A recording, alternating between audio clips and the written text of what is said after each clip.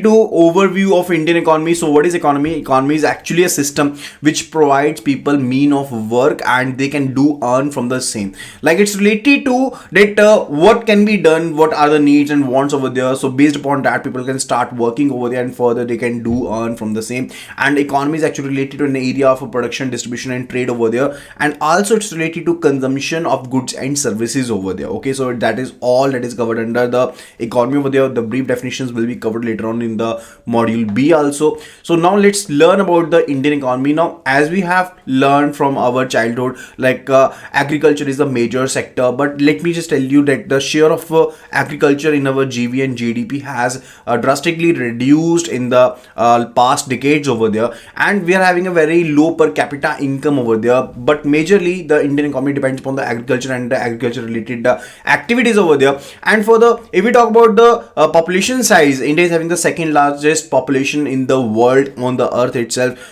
with more than 1.6 billion residents right now. Those have been registered. And further, if we talk about progress wise, India is a developing country. The economic development of India corresponds to development of the development of the other nations also. Okay, so that's actually about Indian economy on gist over here. And according to the World Bank actually classifies the economies per capita income into 4 categories. So these are 4 categories, like low income, lower middle income, upper middle income and higher income over there.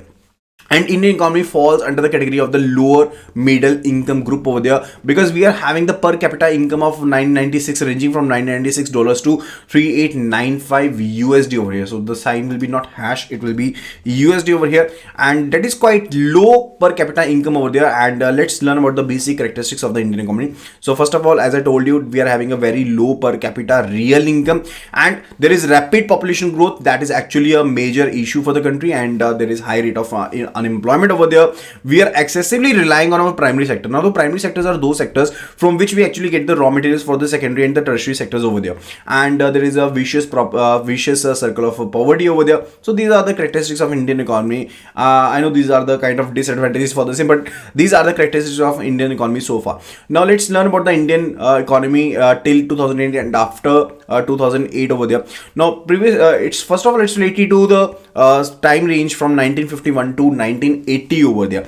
Now when the India became independent over there, after that it was a major issue related to overall growth of the country over there, and India's growth rate during the first 3 decades was quite low over there. And further, the term refers to India's planned economy, because then we basically started for the 5-year plans, looking at the Russian economy that they have started before.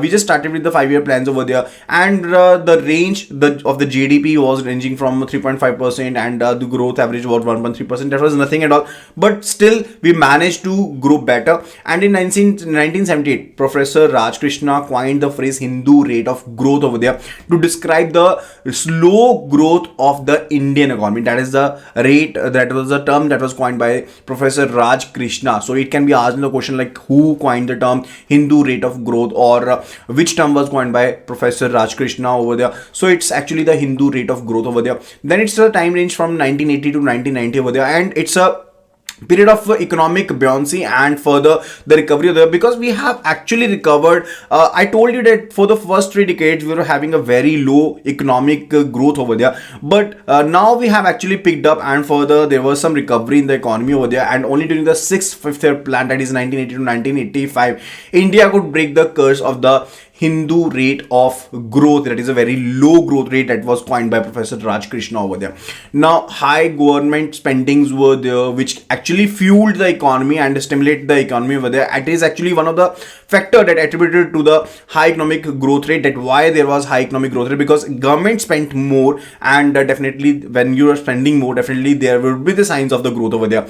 Then it's related to 1992 to 2008, that is a post reform period over there, because we know India went through a crisis in 1991. That was an economic crisis, and it is said to be the there was a adoption of LPG. LPG is actually related to the liberalization and the privatization and globalization. Now those policies were served, and those were paved, and those were quite positive for Indian economy. And further, we had a higher GDP growth rates over that particular time period over there. And in fact, from 2002 to 3 to 2006 to 7 over there, India's GDP grew to 8.6% annual rate, and it actually was the world's fastest growing economy after China. So we were the second largest, we can say, economy that was growing at a very good rate over there during that particular period, when we are having a GDP rate of around 8.6% annual rate over there. Then it's a period that 2008 to 2021. Now after that, there was revolutionary policies, as a goods and services tax was introduced, and for the IBC, that is the insolvency and the bankruptcy code, was introduced. Corporate tax cuts were there, demonetization was imposed, and further there were so many things. And prior to COVID-19, because we all know that from 2000 to 2021 there were so many things those happened. Like there was actually related to those things I already told you, GST was implemented, and for the IBC was there, also the COVID was there, demonetization was there, so many things were there. So prior to COVID-19 pandemic over there, India's average economic growth was actually between 6.5%, and further structural changes were there in Indian economy during that particular period. Let's have a look about it. Now structural changes refers to the fundamental changes. Those are actually related to the basic changes over there that actually occurred in the critical components of the Indian economy over the period of time. So that is actually said to be the structural changes. Like we are having a structure of we are having a structure over here. Now when you do change the structure of the thing, that's actually related to, you're changing the fundamentals of the model over there. So that's actually related to the structural changes in the Indian economy. Okay, and that actually pave a role that we basically are growing now, and even if there is crisis in the whole world, we are still somewhat sustainable. Okay, that is related to sectoral impact of COVID-19. Now there was actually a major impact on service sector, because there were stringent restrictive measures which were to be taken, and contact intensive services were almost halted, because whether those practitioners who were actually practicing the services over there, those were not able to basically conduct their services, because it's related to wheresoever the contact intensive services were there, you are to halt those services as per the COVID-19 rules and regulations over there. And pandemic has actually reduced the profitability of the contact intensive businesses such as retail, trading, hotels, restaurants, gyms, etc., transportation services, transportation, logistics services, education, etc. Those all actually pillars of the economy were actually halted for a while. And after that, impact on labor market. Now when the infrastructure growth was not there, definitely the labor market was also hit, and there was a severe decline during the first wave of epidemic and pandemic over there. The employment range actually hit the high of all the times over there, and labor force participating plummeting over there, and there were so many people who were not having any kind of job and daily wages over there. And there was a huge impact on agriculture also. Agriculture remained robust in terms of production during the pandemic also, but if we just look at the consumption over there, that was also quite reduced, because I'm not talking about the consumption in any other way, but we are talking about in the manner of exports, because India is not only on the consumer but also exporter over there. Now when we were basically consuming the things, we were not able to export the things at par when the previously we were doing so. Okay, before the pandemic I'm talking about. Okay, so there was an impact on agriculture otherwise also. Sectors of the Indian economy. Now I already told you about the economy. Now economy is actually a system which provides people about the means of work and further earning over there, and also it's related to the production, distribution and trade over there, as well as consumption is also covered over there. So we just look at all the factors which are involved over there. Now in this video we are going to learn about the sectors of the Indian economy. Now the division of the sectors of Indian economy is as per the on the basis of the nature of activities, on the basis of the working conditions, on the basis of the ownership over there, and we are going to learn them all one by one. First of all, it's related to on the basis of nature of activities. We can divide it into three sectors: primary sector, secondary sector and tertiary sector over there.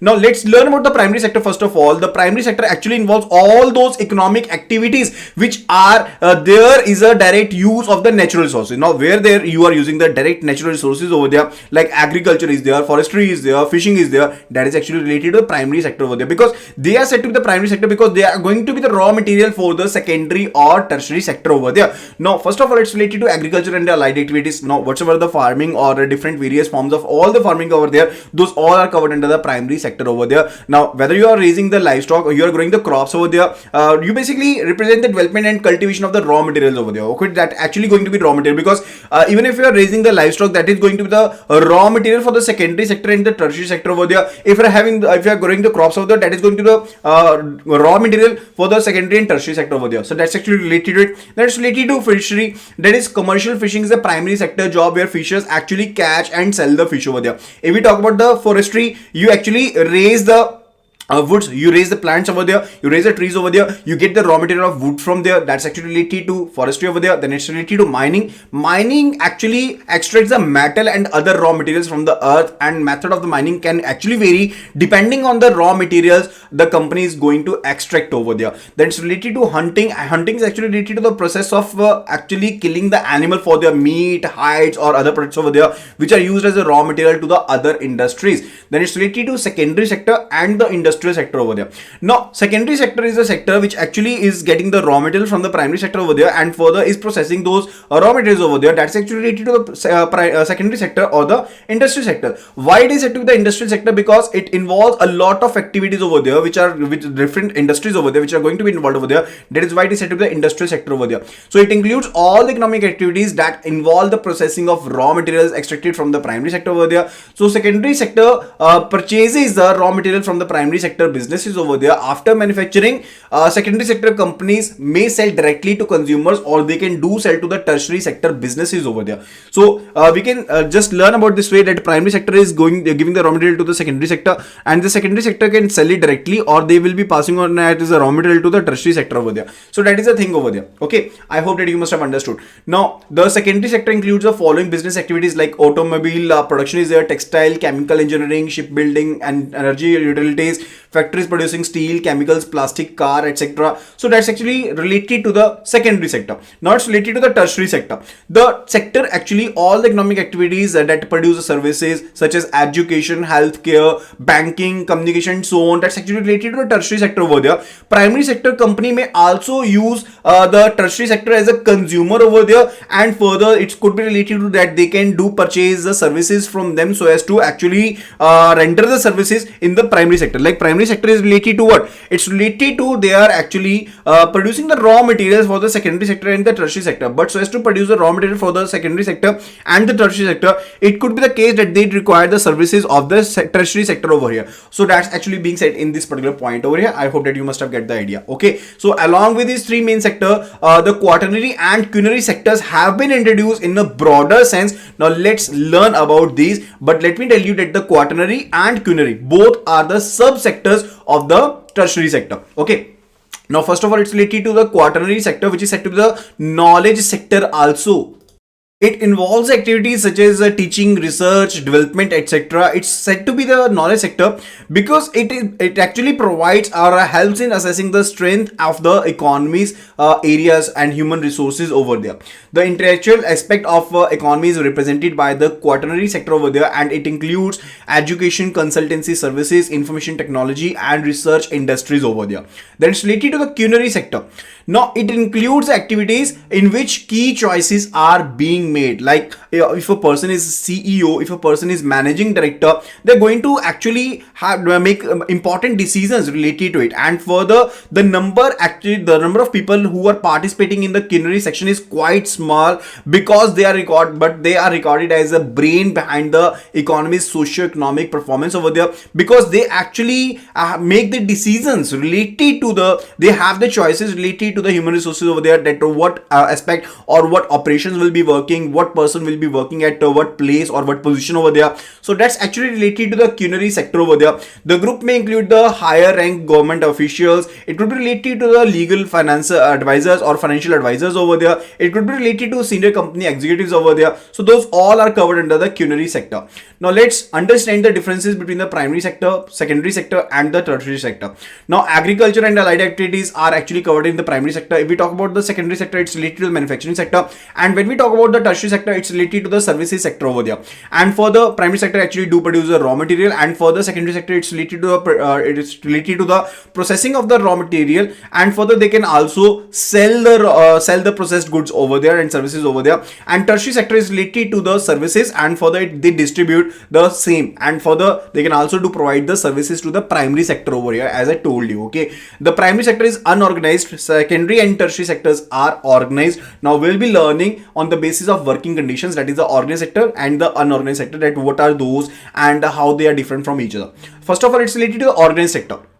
Now, organized sector means where the job terms are fixed and regular over there, and the employees are guaranteed work over there. Like you and me are working in the bank over there. In that particular case, it is said to be what? It is an organized sector over there, because it could be related to the manufacturing, it could be related to the services sector also, but the service conditions are fixed over there, and that is related to organized sector. Then comes to the unorganized sector, like the daily wage personnel are there, or it could be related to the laborers are there. That is the unorganized sector over there. Like employment terms are not defined, and those are not regular, and the enterprises are not registered with the government over there. In case of organized sector, the enterprises are registered with the government over there, but in the unorganized sector, the enterprises are not registered. Like construction workers, domestic workers, street workers, and those are operating in a tiny workshops unaffiliated with the government over there, all are part of the unorganized sector over there. And definitely unorganized sector is actually mainly labor incentive and indigenous technology is involved over there. Indigenous technology means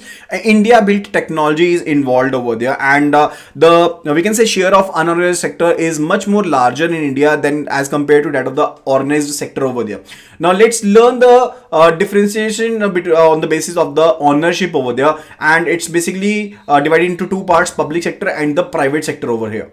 So when we talk about the public sector, government owns most of the assets, and when we concerned about the economy over there, they are providing various governmental services over there. That's actually related to the public sector over there, and the purpose of the public sector is for the welfare of the society over there. It's not profit oriented, but it's for the welfare of the society over there. Governments may raise actually the money through the taxes over there, or the other ways so as to meet up the expenses that they are actually going to have while rendering the services in the public sector over there. When we talk about the private sector, the ownership of the assets and delivery of the services is in hand of the private individual or the companies over there. Activities in the private sector are actually profit based, and they are having only a single motive so as to earn the profits over there. It could be related to the social welfare also, but the majority of the decisions are taken in line so as to earn the profits from it. And to get such services, we have to pay money to these individuals and companies over there so that we can take their services. Okay. Now, important sectors of Indian economy, those are, first of all, it's related to agriculture. I have already told you that agriculture has always been the most significant sector in the India, and further it is the largest sector and also the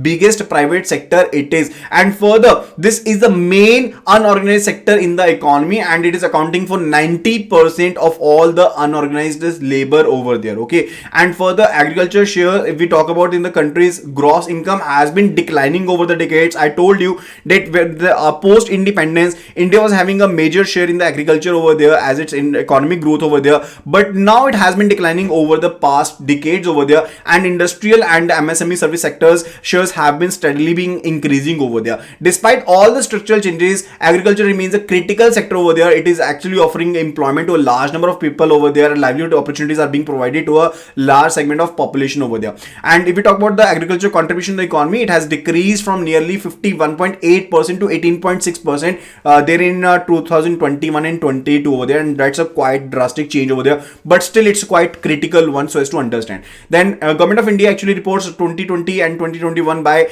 Ministry of Agriculture and Farmers Welfare, and further, agriculture plays a very vital role in Indian economy. I told you that previously the share was 50% beyond, but now it's related to 18.6% only in 2021 and 2022. And further, if we talk about the workforce engagement, in that particular case, 54.6% of the total workforce was engaged in agriculture and the allied sectoral activities over there, and it accounts for 17.8% of the country's gross value addition for the year 2019 and 2020 basis at the current prices over there. It's not based upon the basic prices, it's based on the current prices. It is basically having a 17.8% of the contribution in country's GVA, that is a gross value added over there. Then further, it's related to industries. That is the second important most important sector in the Indian economy over there, and it is equally vital because if we look at the percentage share of industry, it has been steadily been increasing over there, and it is providing self-sufficiency and employment to the sectors over there. It generates a demand for agricultural commodities and produce a ripple effect. Now, what is a ripple effect? Now, when we are throwing a stone into the still water over there, it actually creates a ripple. It actually goes like something like that. Okay. Now, the industries also doing the same thing. Now it is actually generating the demand over there, and further the demand is being produced for the agriculture commodities over there, and definitely it's a helping or we can say supporting the agriculture regime also. Okay, then industries contribution has increased from 14.2% to 29% in 21-22, and India's industrial sector is divided into 4 subsectors that is actually related to the manufacturing, mining and quarrying, construction, power, gas, water supply and other utility services over there, that is actually related to the industry. So whensoever we talk about the industry, we are talking about these 4 things over there, that is manufacturing, mining and quarrying, construction, power, gas, water supply and other utility services over there, that is actually related to the industry over there. Then it's related to manufacturing. Manufacturing accounts for roughly 18% of the total gross value added. Okay, so whatsoever the percentage of the industry was in total there, like I told you, in 21-22 it was 19%. It was particularly 29%.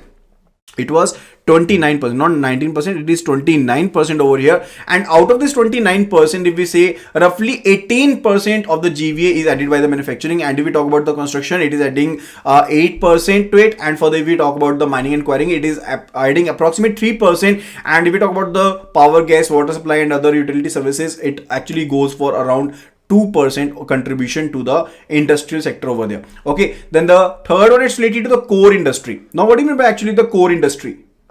Core industry is actually related to key industries in the economy over there, and further there are 8 core industries in India that is actually related to refinery products, electricity, natural gas, crude oil, fertilizers, cement, steel, coal. All these are actually the core industry over here in India. Okay, so we have the bifurcation based on, first of all, industry. I told you that industrial sector is divided into 4 subsectors, that is manufacturing, mining and quarrying, and construction, and further power, gas, water supply and other utility services over there.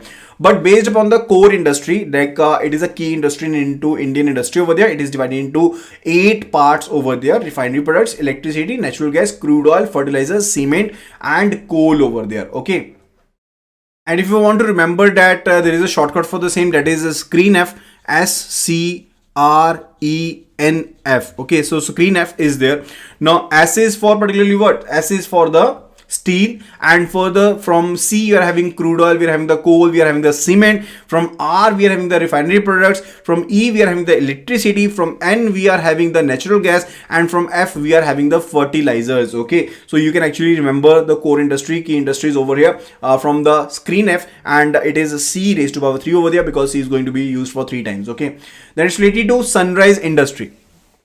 Now sunrise term is actually used for such a sector which is actually just an infant right now, but there is a promise that there will be a rapid boom over there. Like I just tell you that this industry is going to have a boom in the near future. Right now it's an infancy stage, it's an infant stage, it's not grown that much, but definitely it's going to show a boom in the later on stage over there. It is characterized by the high growth rate, high degree of innovation is there, and generally has plenty of public awareness about the sector over there, and investors get attracted to this particular sector very easily for long-term investments, for the long-term prospects over there. Actually that's related, like if we talk about the information technology, telecom sector, healthcare, retail sector, food processing industry, fisheries over there, infrastructure sector over there, these all are related to the sunrise industries in India over here. Okay, then it's related to services. Now the service is actually the intangible part, the invisible goods that are available over there, those are rendered over there, and that's quite important from the economy point of view also. And the tertiary actually economy was based on the services only,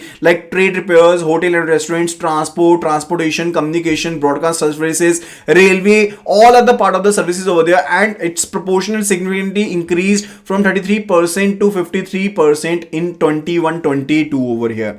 So that was all related to this particular unit. Now what is actually economic planning? The definition was given by H.D. Dickinson, and the definition is actually related to that. First of all, we need to survey that what is our economic system. We need to have a comprehensive survey related to the same. Then a determinate authority which is having the authority over there, then that will be deciding that what to produce, how much is to be produced, and to what it will be allocated, that for whom it is to be produced over there. And that decision making is actually related to the economic planning as per H.D. Dickinson over there.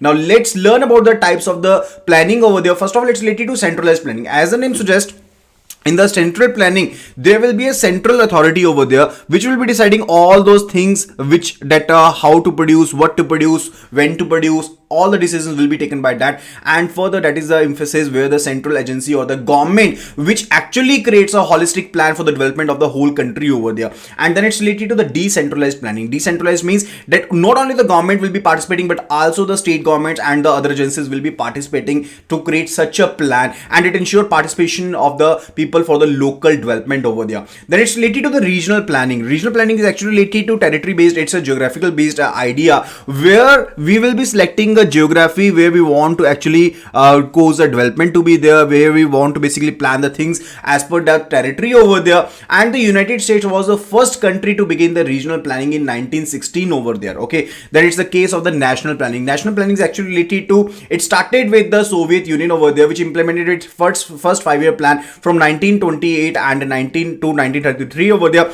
And it was quite significant from the same that the India needs the same kind of planning over there. And further, India also started with the same, and India is having 12 5-year plans for now, and after that they implemented NITI Aayog over here. And now the government actually sought the national strategy so as to order so what active role they are to basically play in that, and what resources must be allocated, and further how we need to basically mobilize the equitable growth over there and the development as a result of that particular planning over there. Okay, so that's actually related to the national planning. Now let's learn about the objectives of the economic planning in India. First of all, it's related to, we want the economic growth, we want the sustainable growth in the country over there. So the primary goal for the economic planning is actually related to the economic growth. We want a growth over there. Then further, it's related to poverty alleviation. So now that's the major issue for the any developing country and the developed country over there, that they want to alleviate the poverty over there. And further, there have been so much in schemes which have been so much programs which have been introduced in India by all the governments so far so as to alleviate the poverty. Then the third one, it's related to employment generation.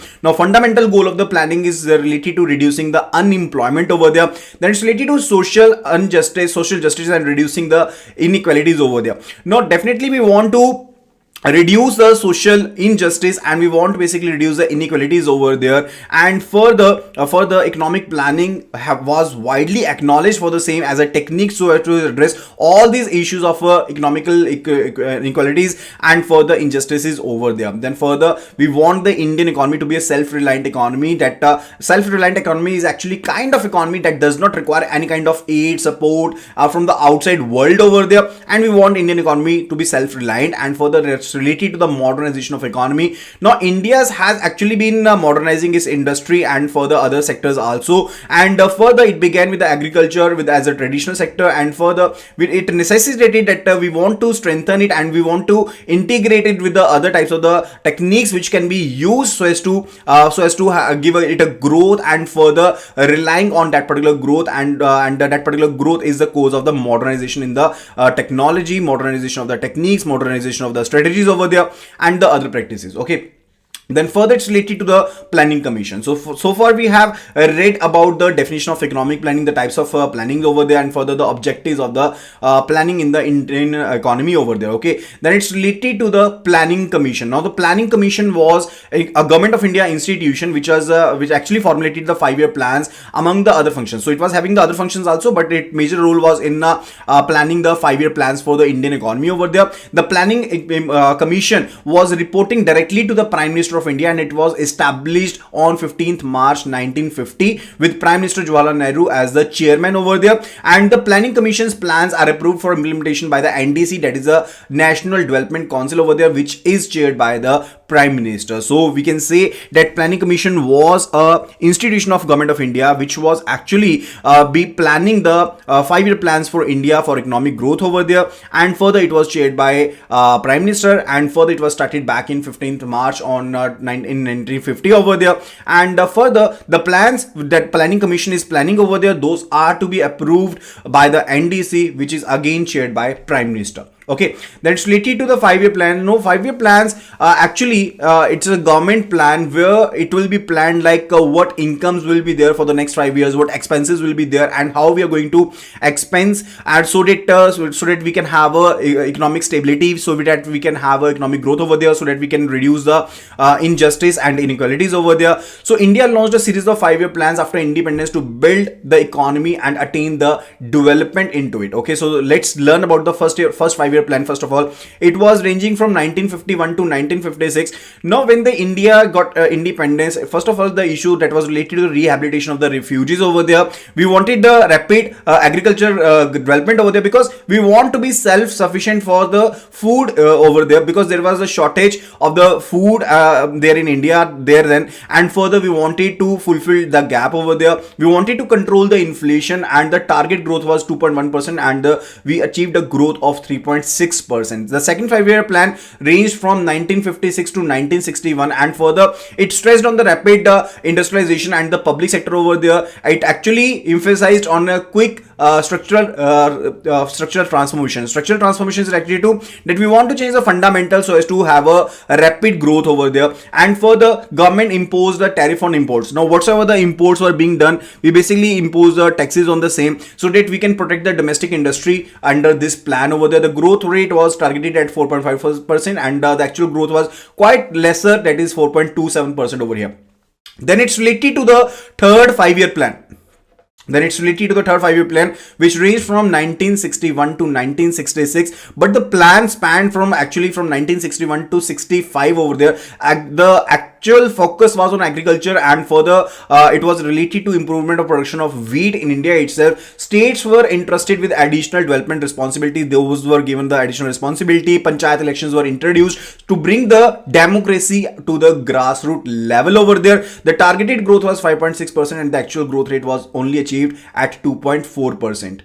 From 1965 onwards, we were having the Sino-Indian War. There was the Indo-Pak War, which actually caused the failure of the third 5-year plan over there, and the government has to declare the plan holidays. And for the 3 successive years from 1966 to 1969, there were annual plans for the same. Okay, and further in annual plan, only annual income and annual expenses were taken care of, and wheresoever those will be spended, that was taken care of. And then it was the case of the fourth 5-year plan that reached from 1969 to 1974, and it was introduced under the prime ministership of Indira Gandhi, and it was related to, they wanted to correct the previous failure whatsoever there was there. And further, there was the Gargill formula, and a great deal of emphasis was laid on growth with stability and progress towards the self-reliance, because I told you that we want Indian economy to be self-reliant over there. And further, in that particular case only, the government actually nationalized 14 major Indian banks, and further the green revolution boosted the agriculture also during this particular field. The target growth rate was 5.6%, but the actual growth rate was only 3.3% over here. Then it's related to the fifth 5-year plan. It actually laid stress on increasing the employment and poverty alleviation, that we wanted to move to Garibi Ghatao Andolan over there. And in 1975, the Electricity Supply Act was amended. Now it enabled the central government so as to enter into the generation and transmission system over there. And further, the Indian highway system was introduced over there. The minimum needs program introduced in the first year of this particular plan, and aimed at to provide the basic minimum needs to the people targeted. And for the target growth was 4.4%, and the actual growth was 5.8%. So let me just tell you in just all these 5-year plans for the first 5 years. Let's discuss them again over there, that what was the main agenda. In first year, it was all related to that we want to rehabilitate the refugees, we want agricultural growth for self-sufficiency. In second year plan, it was related to rapid industrialization and public sector growth over there,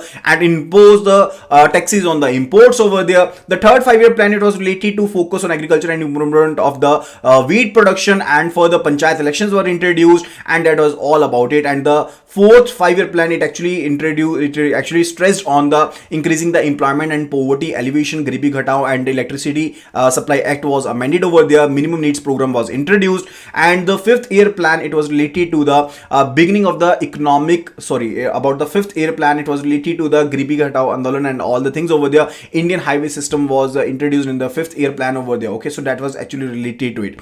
Now it's related to the rolling plans for 1978 to 1980. Now Janata Party government rejected the fifth year plan and they introduced a new sixth year plan, which was in turn rejected by the Indian National Congress in 1980 upon re-election of Indira Gandhi. Okay, so that is the thing that actually went for the 2 years from 1978 to 1980 over there. First the Janata Party actually government rejected the fifth year plan, they gave a new sixth year plan which was indirectly rejected by the re-elected Indira Gandhi and 1980 over there. Then there is a sixth fifth year plan, and it was related to the economic liberation by eliminating the price controls over there, and further it was the end of Nehruvian socialism over there. And so as to prevent the overpopulation, family planning was introduced, and on the recommendations of the Shivaraman Committee, the National Bank of Agriculture and Rural Development, that is NABARD, was established, and that was a quite important decision. The targeted growth was 5.2%, actual growth was 5.7%, and in seventh year plan, that is from 1985 to 1990, which is actually led by Prime Minister Rajiv Gandhi over there, it actually stressed on improving the industrial productivity levels through the use of technology, and it was related to we want to increase the economic productivity, we want to increase the production of the food grains, and we wanted to generate the more employment by providing social justice over there. And also it emphasized on usage of the modern technologies, that we want to make Indian economy an independent economy over there. The growth rate was subjected to 5%, but the actual growth rate was 6.0% in this particular seventh year plan over there. Then it's related to annual plans were there for 1990 to 1992, because it was a period of instability over there, it was economic instability was there, and India was facing a crisis of the foreign exchange reserves during this particular time over there. So LPG was introduced. What is LPG? It is liberalization, privatization and globalization was introduced, so as to grapple with the problem of the Indian economy, and it was under the prime ministership of PV Narasimha Rao over there. In 8th year plan, it was related to basically was implementation under the typical unstable economic circumstances. 8th plan actually promoted the modernization of industry, and India became the member of the WTO, that is World Trade Organization, on 1st of January 1995. The goals were to control the increasing population, so as to reduce the poverty over there, so as to generate the employment, strengthen and development of the infrastructure, and managing the focus on the human resource development over there. And also the emphasis was on involving the panchayats and the nagar palikas through decentralization, because they wanted to give some liberty to those centers also, so that they can actually exert their efforts in overall growth of the country over there. The target growth was 5.6%, but the actual growth was quite high at 6.8% over there. And then it's related to the 9th 5-year plan, and it actually support for social affairs to achieve the elimination of poverty over there, and witness the joint efforts of public private sectors in granting the economic growth over there. And the objectives included the empowering socially disadvantaged classes, and developing self-reliance and primary education for all the children in the country. And the further strategies included enhancing the high rate of export to gain self-reliance, efficient use of scarce resources for rapid growth over there. And the target growth was 7.1%, but the actual growth was 6.8%. After that, it came related to the 10th 5-year plan. Okay, now the main agenda in this case also was related to, so that we want to elevate the poverty over there, and further we want to create employment for 80 million people, and further it aimed so as to reduce the regional inequalities over there. And further it also emphasized on decreasing the gender gaps in field of education, and further wage rates to be increased by 2007 over there. Target growth was 8.1%, but the actual growth was 7.6%. Now let's look on these 5 plans from 6th year to 10th year on a gist over here. Okay, let's have a look at it. So first of all, it's related to the 6th year plan. When we talk about the 6th year plan, it was related to the period from 1980 to 85. Let me just write over here from 1980 80 to 85 it is, and further the beginning of the economic liberalization. So it's actually related to economic liberation, and further end of the Nehruvian socialism was there, and we wanted to control the overpopulation. Family planning was introduced and NABARD was established. That was all related to 6-year plan. When we talk about the 7th year plan, it's actually related to led by Rajiv Gandhi over there from a period of 1985 to 90 over there. Just keep in mind that in 91 92 we were having economic instability over there. Okay, just keep in mind. Okay, and the primary objectives were related to that we wanted to increase the economic productivity through the modernization. We wanted to basically use the modern technology over there. That was all related to it. Okay, then it's related to the period of economic instability when the LPG, that is liberalization, privatization and globalization, was introduced, and further that was under the prime ministership of BV Narasimha Rao over there. And further after that it comes with the 8th financial plan from 1992 to 97 over there, because there were 2 years of instability, economic instability over there. 8-year plan was typically implemented under the economic circumstances which were unstable, and further it also promoted the modernization of industry. And majorly India became the member of WTO, that is a World Trade Organization. The goals were to basically control the overpopulation, reducing the poverty, generating the employment, and the development of infrastructure, and so on. Okay, and further it also emphasized on the panchayats and nagar palikas through decentralization.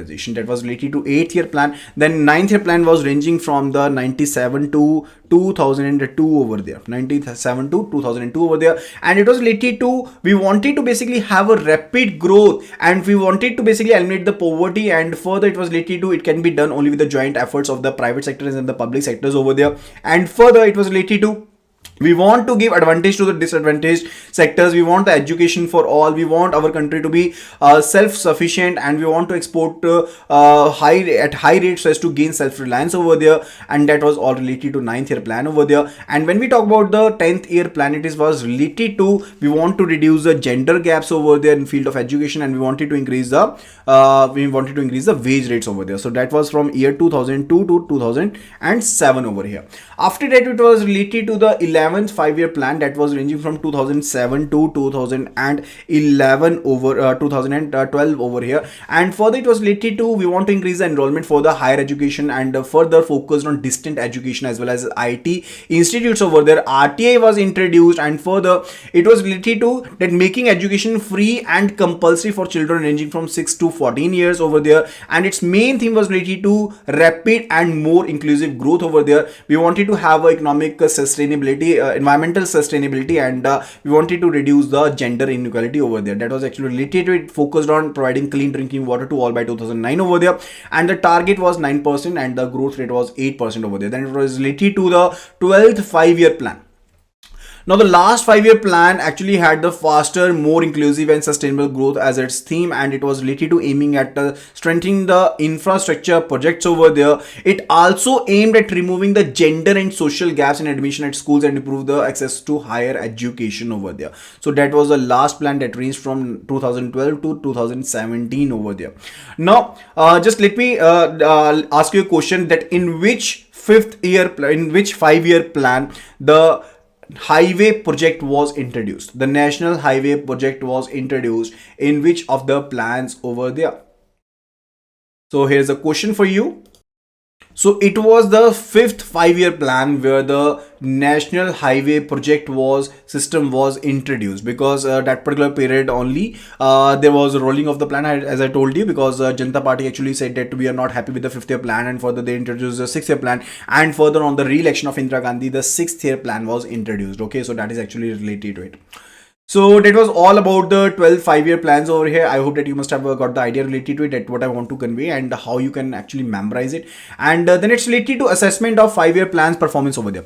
Now, what was the fundamental goal? Fundamental goal was quite common. That was related to that we want to reduce the poverty, we want to increase the employment, and also we want to increase the per capita income over there. And but the case is actually that both the national and the per capita income growth were modest during during the planning era over there. And if we talk about the 12 plans over there, 7 out of the 12 plans, 5-year plans, actually they experienced lower growth rate than expected. That we expected a higher growth rate, but out of these 12 plans, on the 7 of the 5-year plans, we were having a lesser growth rate over there. Okay, and further, agriculture growth has highly been basically volatile, and further there were changes in environment also factors also. Those were also the factors which were basically the major cause of it. And also the green revolution was there in 1960s, and the government's effort so as to basically promote the agriculture by the different programs over there, and those actually worked splendidly for the country. That now we are not only the producers, we are not only having the self-sufficiency, but also we are able to export the grains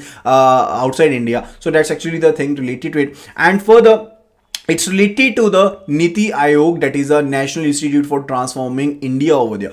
Now the NITI Aayog was established on January 1, 2015 by a resolution of a Union Cabinet, and it is the Government of India's top policy think tank offering both directional and policy suggestions. Now what is the work of NITI Aayog? NITI Aayog is a think tank. Now it will be thinking over, it will be basically working over the different strategies, different policies over there. It will be giving the directions and the ideas related to the same. So NITI Aayog gives a relevant technical assistance to the centers as well as the states in designing strategic and long-term policies and programs for the Government of India over there. If we look at the hubs of NITI Aayog, we are having the two hubs. First of all, it's related to Team India, where the central and state governments both will be working together, and the second one, it's related to the knowledge and innovation, that we must be working, we must be having a knowledge related to it, and further there must be innovation so that we can rapidly increase our growth. So first of all, it's related to Team India.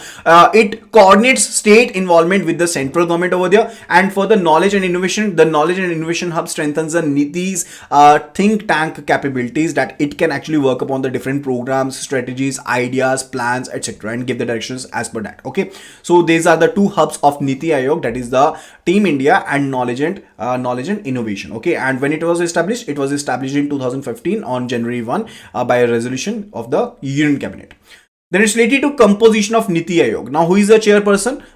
As per the Planning Commission, the chairperson was the Prime Minister. This is the same case, that in case of the NITI Aayog, the chairperson is Prime Minister, and vice chairperson is to be appointed by the Prime Minister. And if we talk about the Governing Council, Chief Minister of all the states and Lieutenant Governors of governors of all the Union Territories are the Governing Council over there. And if we talk about the Regional Council, so as to address the regional issues, comprising the Chief Ministers and Lieutenant Governors, which are chaired by the Prime Minister or his nominee over there. If we talk about the ex officio membership, maximum 4 from the Union Council of the Ministers to be nominated by the Prime Minister over there. Okay, and further about the CEO, that is the Chief Executive Officer, to be appointed by the Prime Minister for a fixed tenure in a rank of Secretary to Government of India over there. If we talk about the special invitees, there are experts, specialists with the domain knowledge, which are nominated by the Prime Minister over there. So that is actually related to the composition of NITI Aayog. You need to take care that the chairperson is the Prime Minister,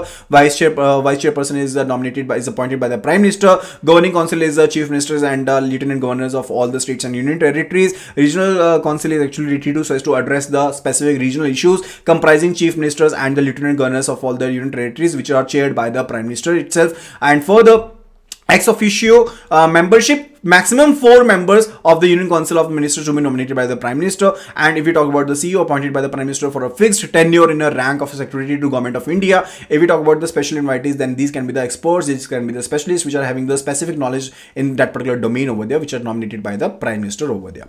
So that's related to the composition of NITI Aayog. Now let's have a look at the 7 pillars of NITI Aayog. So there are 7 pillars of NITI Aayog. First of all, it is related to pro people. So it accomplishes the need of the society and its people over there. And talking about the pro activity, it actually active in anticipation and further response to the needs of the citizens. That whatsoever the anticipated and further whatsoever the activities are anticipated, and further it provides a agenda related to the same. It provides a direction related to the same. So as for the accomplishment for those activities, and further participation, it involves the participation of all the citizens over there. It empowers the citizens, especially women, in all the spheres over there. It includes all, whether those are male, female, it includes all over there, and it is irrespective of their gender and race and caste over there. If we talk about the equality, it provides equal opportunity to all the persons, especially to the youth of the country over there. And it is totally transparent, and it wants the government to be much more transparent and further much more responsive to all the citizens over there. So these are the 7 pillars of the NITI Aayog. So you can memorize the 7 pillars by people. I'm just writing it over here. People actively participating in empowering transparency. You just need to remember this.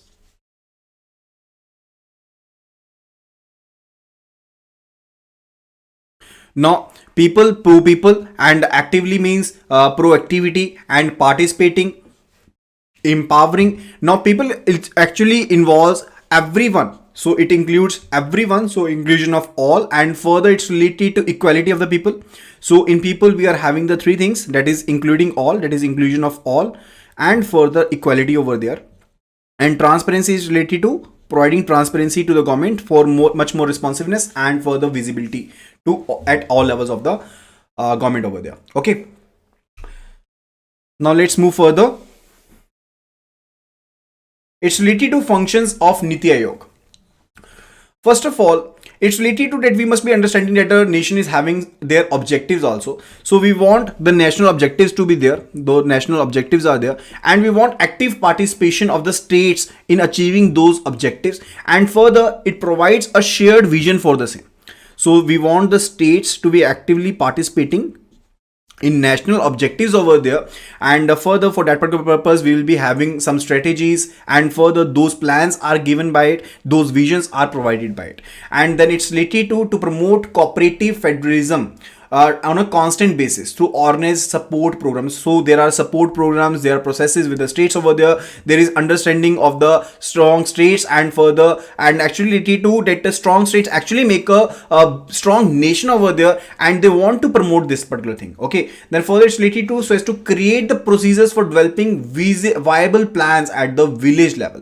Now we will be actually be working on the village level, and further will be providing with the viable plans over there, and will be aggregating it on the national level. Will be aggregating on the national level. That is also the function of the NITI Aayog. Then further it's related to ensure that national security considerations are included, because those are to be taken care of while taking care of the economic strategy. Okay, then further to give special attention to those segments of the society which have been disadvantaged. Okay, so we are to provide them the advantage so that those are actually adequately benefited from the same. And further it's related to creating a strategic and long-term policy program, because we don't want the short-term programs, we also want the long-term programs, whether it's related to the deficiency, whether it's related to the efficacy of the policies. So there must be adequate policies and strategies must be there which are for the long term. Okay, then further it's related to give guidance and foster collaborations between the important stakeholders and like-minded think tanks of a national over there, so that they can all work upon that. So it's related to that we are having a centralized plan, but on the same way we are having the decentralization also, so that we can actually be covering all the sectors and segments of the economy over there for a betterment of the country and the stability in the economic growth. Okay, then it's related to establish a collaborative network of the national and international specialists. So whatsoever the national and international specialists, practitioners and other partners are there, which are having a quite set of knowledge with them, and further which can provide the innovation and the technology to the Indian economy over there, we need to have a collaborative network for the same. Okay, then so as to provide a forum for the resolution. Like it could be cases that there must be some issues in the at the departmental level, it could be the cases that we must be having some issue as the cross sectoral level over there. So we must be having a forum where those all issues can be actually taken care of, so that we can expedite the execution of the developmental plans over there.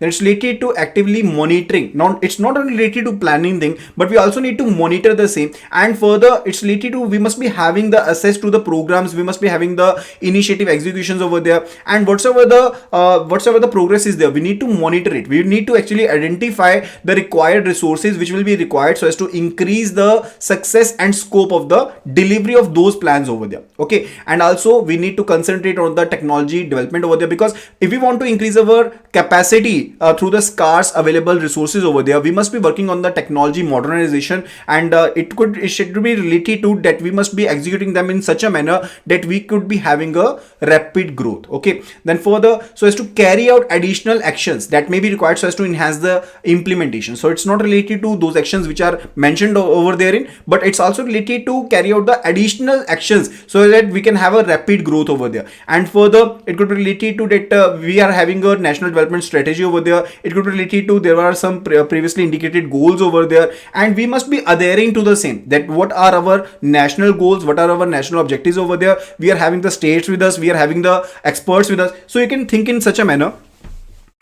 that NITI Aayog is the center place, and further it is having the plans and visions which are to be executed, which are actually said to be what, which are said to be the national objectives. Okay, now it must be actually be having the states along, we must be having the entrepreneurs, we must be having the other think tanks, we must be having the other set of practitioners, and we must be having the international collaborations so that we can work upon it. Then it comes to the monitoring part, that we want to monitor the same, and further we must be having a redressal system. Wheresoever any issue arises, we can redress the same, and we must be actually be working on the ground reality. We must be having the modernization and the technology advancement over there. So it is working on all the spheres so as to achieve the national objectives. Okay, then it's related to NITI Aayog strategy for New India. So in 19 December 2018, NITI Aayog actually published a very comprehensive national strategy for India, including the clear objectives for 2022 and 23. It actually is having the 41 critical areas which are being recognized, and further previous accomplishments, and identifies the binding restrictions for the same, and actually it recommends a path that what must be done, and it defined explicitly the same, that how it can be done, and what things, what resources we do need for the same, and how these should be aligned in a manner so that we can do achieve those objectives. So because previously there were 5-year plans, and previously there were some bindings, there were some restrictions, there were some accomplishments, we need to take care of those, and further we must be having some plans ahead. We are having limited resources, we must be actually adopting the modernization technologies and all the things over there, and now it's the time to work upon that. So that's actually related to the agenda that was given on 19 December 2018. It published a comprehensive national strategy for New India. Okay, now the documents of 41 chapters are divided into 4. First of all, it's related to drivers. So the first section on drivers focuses on employment, that we want to basically increase the employment, reduce the unemployment, we want to double the farmers' income over there, we want to upgrade the science, technology, innovation, and further we want to promote the sunrise sectors. Okay, what are the sunrise sectors? I have already defined that particular term in the previous lectures also. What is sunrise sector over there? Now sunrise sector is actually that sector which is right now in infancy stage, but it is showing a very high, very good signs of higher growth rate. Like fintech are there, tourism is there. So some of the key recommendations for this particular section on drivers include what? It includes accelerating the economy to achieve the GDP growth rate. Like we want to basically achieve the growth rate of 8%, and we want to make India a 4 trillion economy by 2022-23 over there.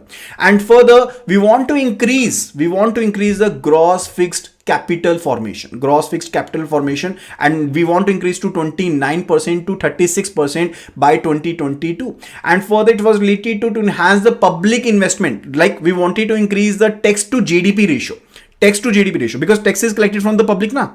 So we want to basically increase the public portfolio, that we want to increase the public investment into the same, and that is to be increased. And further it is aimed at 22%. We want to make it 22% from 17% previously in 2018, because the document was published in 2018. So we want to basically increase it from 17% to 22% by 2022.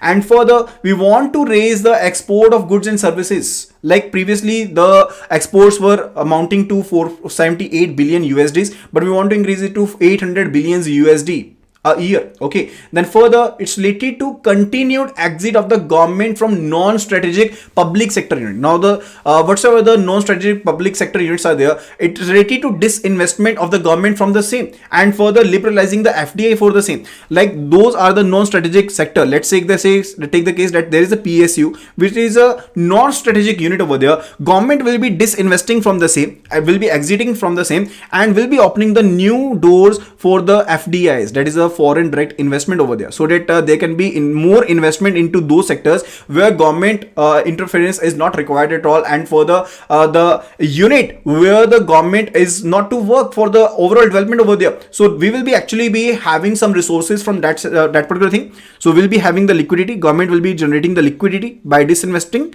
and further the government will be having more revenues from the foreign side. Okay, that's actually related to it, and it's basically aimed at converting the farmers to agripreneurs, so that we can actually be expanding national agriculture markets over there. Okay, then it's related to promoting zero budget natural farming techniques over there, so that it can be cost effective, so that the agriculture can be cost effective, we can improve the land quality, and further it will also be increasing the farmers income, because it was a main agenda that we want to double the farmers income over there, we want to reduce the unemployment over there. Okay, and also replacing the CACP, that is a Commission on Agriculture Cost and Prices, by the Agriculture Tribunal over there. So these were the drivers. Okay, and further the second one, it's related to infrastructure. The second section of infrastructure is having the 11 chapters that elaborate the physical foundations of growth. Those will be the physical foundation, because when infrastructure is there, definitely the employment will increase, definitely each and everything, our particular we can say our usage will increase, our consumption will increase, and that will enhance the overall growth, that will trigger the growth. Okay, so following are the recommendations under this particular head over there. First of all, it was related to establishment of the RDA, because we want to be basically make informed decisions, like we want to make transparent and integrated decision, and we want the pricing to be dynamic over there. Okay, that's actually related to it. So it is actually related to establishment of the Rail Development Authority. Second, it's related to we want to double the freight share that is being transported through the coastal shipping or inland waterways. We want to double that particular thing. Okay. The third one is related to developing the IT enabled platform for integrated different modes of transport over there. So it must be IT enabled. Okay. Then it's related to the third one. It's related to inclusion. Okay, so inclusion actually deals with the urgent task of investing into the capabilities of all the Indian citizens over there. Now, what are the key recommendations? Let's have a look at it so that you can understand it in better manner. Okay, so first of all, it's related to successfully implementing the Ayushman Bharat program. We want to basically implement the Ayushman Bharat program over there, and also it was rolling out the Pradhan Mantri Jan Arogya Abhiyan over there, that is PMJAY.